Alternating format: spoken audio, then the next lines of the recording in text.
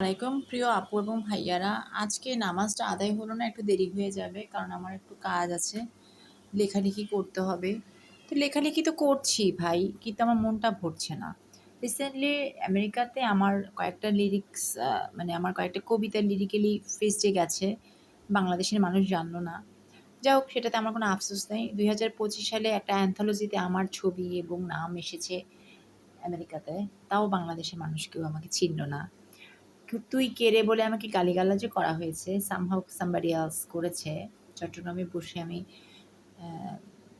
International writer সোসাইটিতে বাংলাদেশকে represent করছি, এটা কেউ জানেই না। আমার যারা শুভাকাঙ্ক্ষীর মধ্যে মধ্যে আপনারা যারা ইউটিউব চ্যানেলে আমাকে যে কয়জনই আমাকে সাপোর্ট করেছেন বা করছেন তারাই জানেন। আসলে ব্যাপারটা হয়ে গেছে, আমি আজকে এই যে বাদাম ভেজেছি, মানে বাদামগুলো মিক্স করেছি, এটার ব্যাপারে বলতে চাচ্ছি। এখানে মোটামুটিভাবে ১ সপ্তাহের ১ মুঠ করে হলে ১ সপ্তাহের বাদাম আমার জন্য কেনা, আমি নিজে কিনে এনেছি।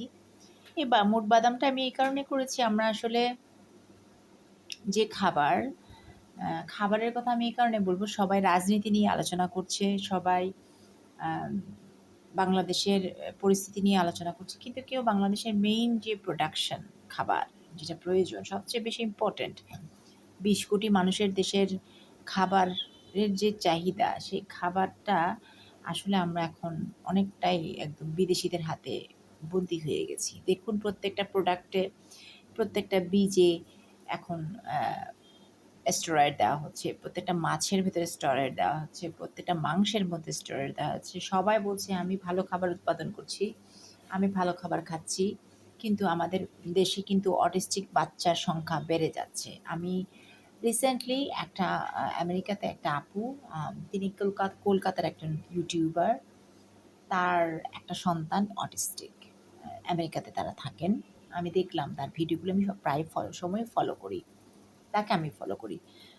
তো আমার সৌভাগ্য হয়েছিল ২০২৪ সালের দিকে আমেরিকা, আমেরিকা নয়, কানাডার ম্যানিটোবা ইউনিভার্সিটির একজন প্রফেসরের আন্ডারে কাজ, মানে ছাদ বাগান, যেহেতু আমি ছাদ বাগান নিয়ে কাজ করি এবং আমার মেইন লক্ষ্যটা হচ্ছে বাংলাদেশকে কীভাবে অলিভ অয়েল উৎপাদনে বাংলাদেশের সক্ষমতা যাচাই করা।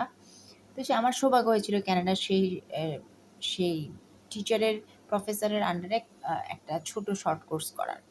সেটাও ছিল আমাদের ছাদ বাগান সম্পর্কিত, তারা কিভাবে কাজ করছে সে ব্যাপারে একটা অনলাইন ওয়ার্কশপে আমি যোগদান করেছিলাম। এটা হচ্ছে ২০২৩-২৪ সালের দিকে, বেশি বছর, ২-৪ বছর হবে, বেশি দিন হয়নি, ২-৩ বছর আগে। তো সেখানে আমার যে শিক্ষক, তিনি শেখাচ্ছিলেন গ্রিন হাউস এফেক্ট, তাদের যে সিস্টেম, গ্রিন হাউস এফেক্ট কীভাবে তারা প্রতিরোধ করছেন এবং কীভাবে তারা খাবারকে দ্বিগুণ বাড়াচ্ছেন, জনসংখ্যা বেড়ে যাচ্ছে পৃথিবীর, সেই হিসেবে তারা কাজ করছেন। তো গবেষণার গবেষণা যখন করতে আসছি, মাত্র শুরু করেছি, তখন আমি গবেষণা করবার আগেই, গবেষণার যে পুরো যে প্যাটার্ন, সেই প্যাটার্নের প্রস্তুতি যখন নিচ্ছি, তার আগেই কিন্তু আমি ফিল্ড ওয়ার্ক অনেকগুলো করেছি। যেহেতু আমি ছাদের বাগানের সাথে যুক্ত, সেটা ৫ বছরের মতো আমার নিজস্ব ছাদ বাগান আছে, আপনারা দেখেছেন। আমি যুক্ত, সেজন্য করেছি। এখন আমি স্ন্যাক্সের কথায় কেন আসছি এটা বলছি, কথাটা ওদিক থেকে এদিকে চলে আসছে। কাহিনিটা হচ্ছে, যখন তারা দেখালো যে তাদের snacks, pizza, burger, Coke, Fanta, এগুলো যখন তারা সারা তাদের দেশে প্রচার করে, যখন তারা পারতেছে না, মানে তাদের দেশে এটা নেস্টি প্রোডাক্ট হিসেবে প্রচলিত। আপনি যদি ইসরায়েলের দিকে যান, দেখবেন তারা কেউ কোক খায় না, তাদের ওখানে কেউ সিগারেট খায় না, তাদের ওখানে কেউ পিৎজা, বার্গার এগুলো কিছুই খায় না। তারা কি খায় জানেন? তারা খায় ঘরের খাবার খায়। তারা মায়ের হাতের একদম বেস্ট রুটি, তাদের একটা স্যাটারডেতে একটা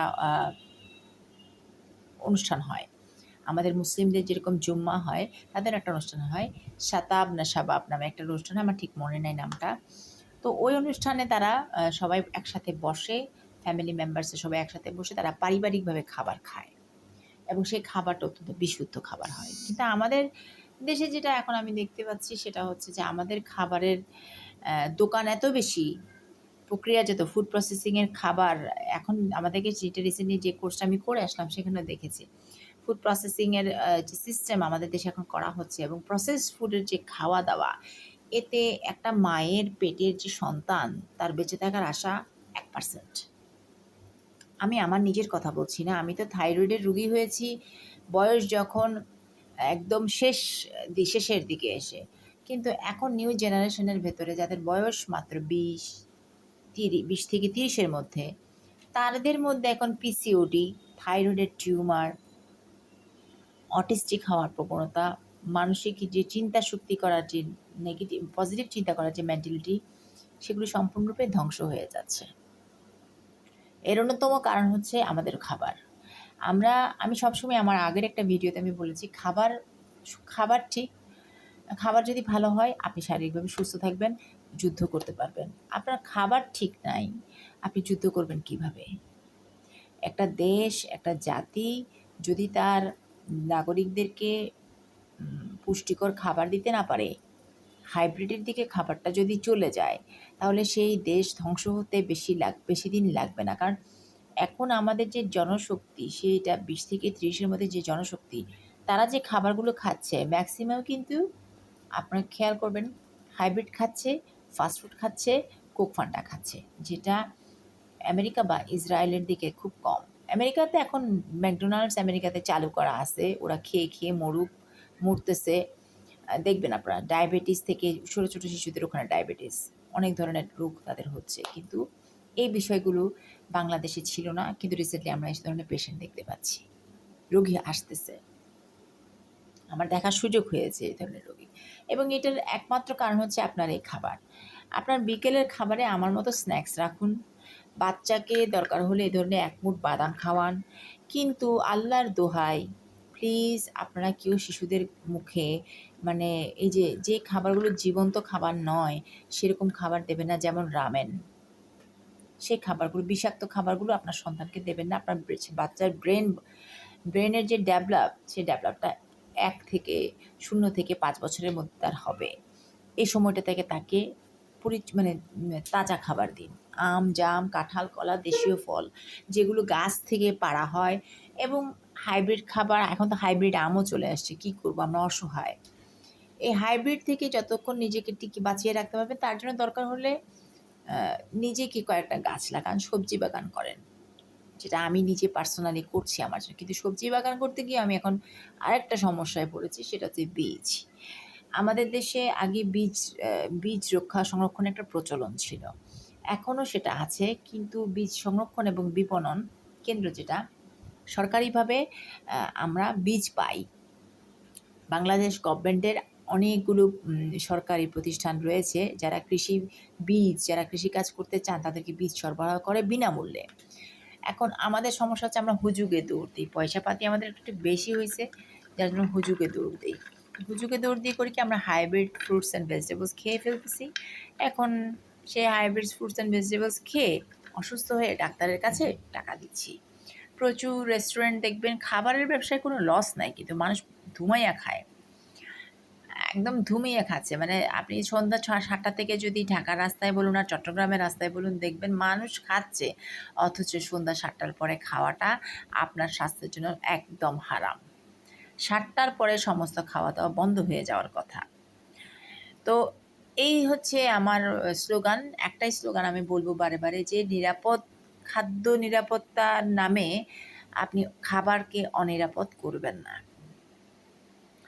খাবার যদি আপনার অনিরাপদ হয়ে যায়, তো আমাদের ভবিষ্যৎ প্রজন্মর টিকে থাকা কষ্ট হয়ে যাবে, তার নানা রকমের শারীরিক সমস্যা সৃষ্টি হবে, যেটা আমার এই বয়সে হচ্ছে।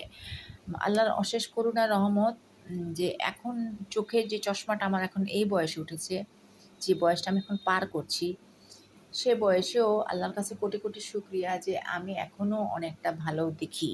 কিন্তু যখন একটা স্কুল পড়ুয়া প্লে ছাত্রর চোখে আমি চশমা দেখি, পুরো প্লেতে পড়ে বাচ্চা, স্কুলে নতুন নতুন যাচ্ছে, তার চোখে যখন আমি চশমা দেখি আমার মনটা অনেক কষ্টে ভরে যায়। কারণ সে সময় সে চোখের দৃষ্টিশক্তি হারিয়ে চশমা নিয়ে ঘুরছে। আপনি একবার ভেবে দেখেছেন বিষয়টা কত ভয়াবহ?